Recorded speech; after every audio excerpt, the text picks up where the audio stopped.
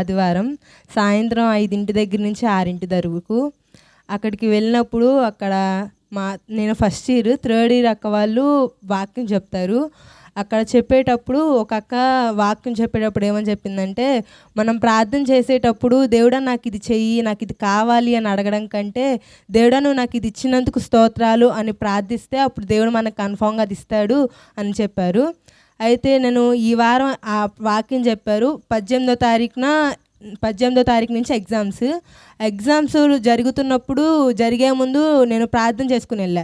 ఏమనంటే అక్క చెప్పింది గుర్తుకొచ్చి, దేవుడా నన్ను ఈరోజు బాగా ఎగ్జామ్స్ రాపిస్తున్నందుకు నీకు వందనాలయ్యా అని ప్రార్థన చేసుకుని వెళ్ళాను. ఫస్ట్ రోజు బాగానే రాశా. అలాగే 24 వరకు జరిగిన ఎగ్జామ్స్. ఆ రోజు వరకు కూడా అలాగే ప్రార్థన చేస్తే వెళ్ళి రాసొచ్చాను. రాసొచ్చిన తర్వాత ప్రతి ఎగ్జామ్స్కి ఏం జరుగుతుందంటే, నేనేమో బాగా రాశానని సంతోషంగా వచ్చి బాగానే కూర్చుంటున్నా. అందరూ వచ్చి ఒక్కొక్కరైతే ఏడ్చేస్తున్నారు కూడా, బాగా రాయలేదు, నాకు బాగా రాలేదు ఎగ్జాము అని చెప్పేసి.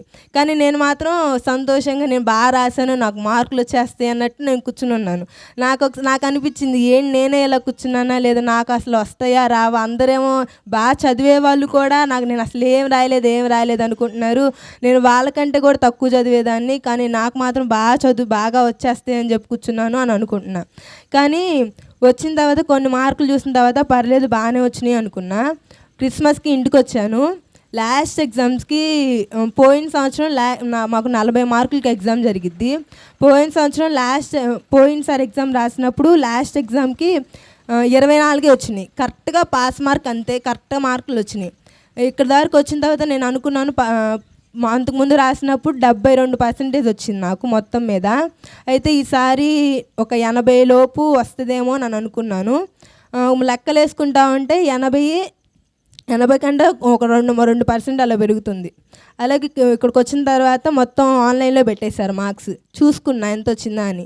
ఒక్కసారిగా చూడంగానే 72 ఉన్న పర్సెంటేజ్ ఒక్కసారిగా 88కి వెళ్ళిపోయింది. నాన్నకి చెప్తే, నాన్న 88 వచ్చిందంటే నాన్న అన్నాడు, అసలు నీయేనా సరిగ్గా చూసుకో పర్సెంటేజ్ అని అన్నాడు. నాన్న నిజంగా నాయనని అన్నా కూడా నాన్న కూడా నమ్మలేకపోయాడు.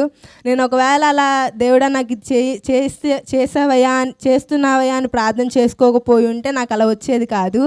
మరి ఆ రోజు అలా అక్క చెప్పింది కాబట్టి నేను అలా ప్రేయర్ చేసుకున్నాను. మరి అలాగే నాకు మార్కులు దేవుడు దయచేశాడు. మరి చిన్న సాక్ష్యం దేవుడు దీవించును గాక. ఆమేన్.